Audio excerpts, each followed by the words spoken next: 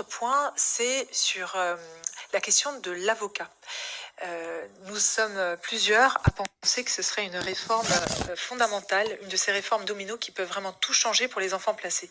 Et je sais que Madame la Présidente a également instruit de cette question-là. Moi-même, j'y suis penchée depuis que je suis députée. Et je trouve que c'est un changement qui ne peut pas intervenir par voie législative, mais par voie réglementaire. Pourquoi c'est vraiment une réforme qui peut être importante?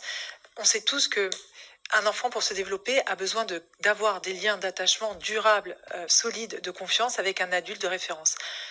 Pour la majorité des enfants, c'est les parents et c'est tant mieux ainsi. Mais pour les enfants placés, ces adultes changent souvent, parfois sont eux-mêmes très défaillants. Et il nous semble qu'un avocat peut donner cette stabilité et surtout cette protection des droits essentiels pour les enfants placés. Je rappelle qu'à l'heure actuelle, qu'un enfant qui a commis des actes de délinquance a un avocat commis d'office, pas un enfant qui se voit appliquer des mesures administratives ou de justice et qui rentre dans le système de la protection de l'enfance.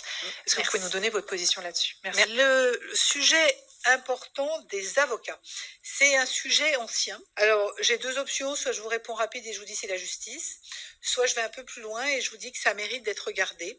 Je pense qu'il faut qu'on arrive à multiplier j'oserais dire, la personne de confiance.